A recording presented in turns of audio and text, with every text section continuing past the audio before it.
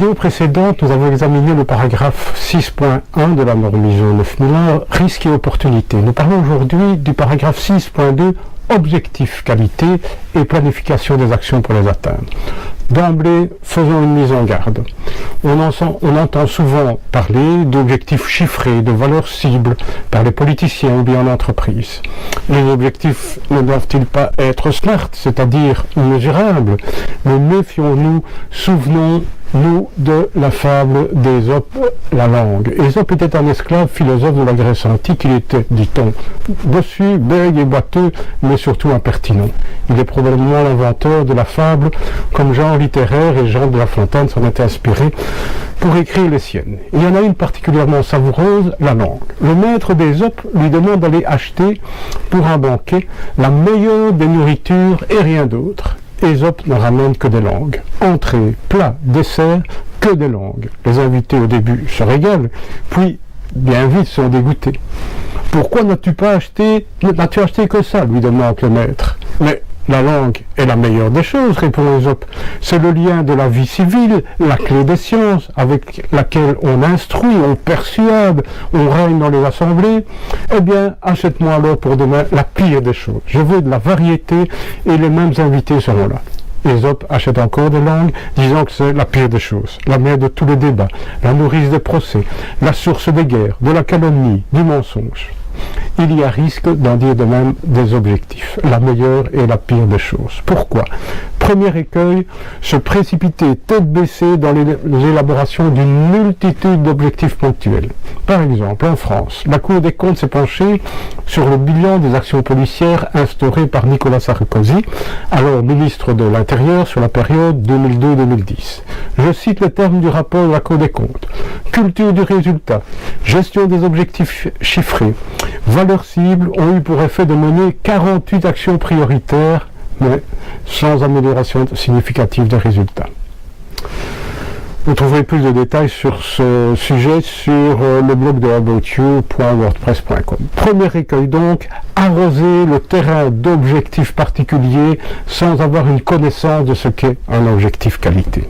Un deuxième écueil peut être approché en examinant l'action menée par la direction de la Poste belge, Bipost, au mois d'avril 2018. Il s'agit de responsabiliser les cadres à la lutte contre l'absentéisme du personnel en liant une partie de la rémunération du cadre au taux d'absentéisme de son personnel.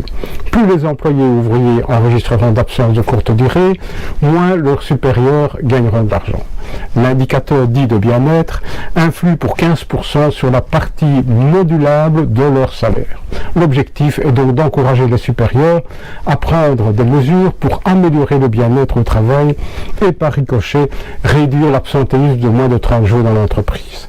Interrogé par la RTBF, le professeur Laurent Pascal commente ce que ce type d'indicateur particulier crée dans le collectif de travail, c'est que l'on va très vite essayer de le détourner et de le manipuler, par exemple, en déqualifiant une absence en disponibilité de travail à distance.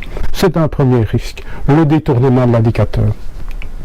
Un deuxième risque, c'est que le manager, les yeux fixés sur sa fiche de paye, va vouloir exiger de son équipe une santé de fer, ce qui peut amener à toutes les dérives. Orienter les résultats et la rémunération en fonction du facteur maladie est dangereux. Fin de citation du commentaire du professeur Laurent Pascal. Mais ne dit-on pas que les objectifs doivent être SMART? Dans l'acronyme SMART, le A est traduit généralement par atteignable.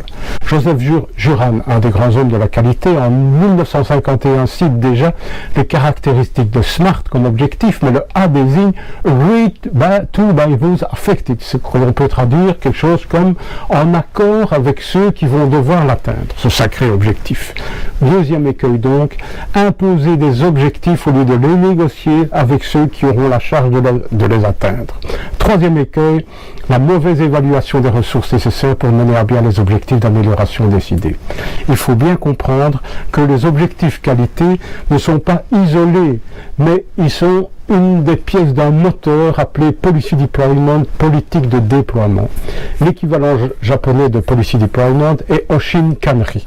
Oshin Kanri fait référence à l'aiguille aimantée de la boussole qui permet de se diriger vers la destination voulue. La méthode consiste 1. à définir un nombre limité d'objectifs de progrès à long terme qui permettront de réaliser une percée, une amélioration significative de l'entreprise sur ce marché. 2. Déployer annuellement ces objectifs au sein des processus et des services en veillant à la cohérence des objectifs entre eux et à leur appropriation par tous et à la convergence des efforts.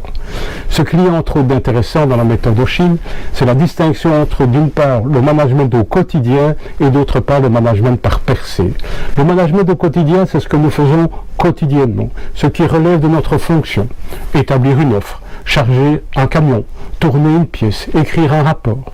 Le management par percée, ce sont les activités qui ont été planifiées que nous devons accomplir pour réaliser la percée, l'avancée, décider l'atteinte des objectifs long terme.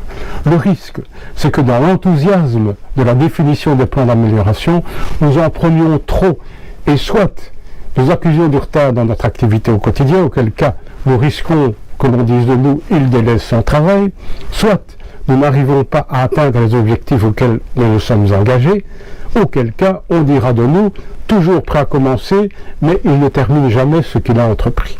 Troisième écueil donc, mal évoluer l'équilibre entre l'activité quotidienne et les activités de progrès dans le cadre d'une policy management, d'une politique de déploiement.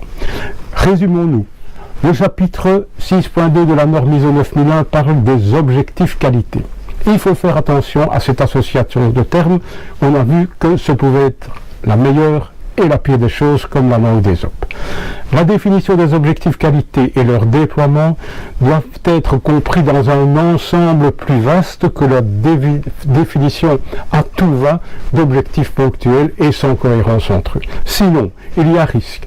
Il y a risque de les voir par le petit bout de la lorgnette. Soit on arrose le champ d'objectifs particuliers sans cohérence entre eux, soit on impose des objectifs et on décrète qui sont atteignables sans concertation avec ceux qui auront la charge de les atteindre, soit on dose mal les ressources nécessaires entre le quotidien et la percée. Nous verrons dans une prochaine vidéo comment construire et déployer ces objectifs. À bientôt et pour un approfondissement, retrouvez cet article sur le blog de aboutyou.wordpress.com.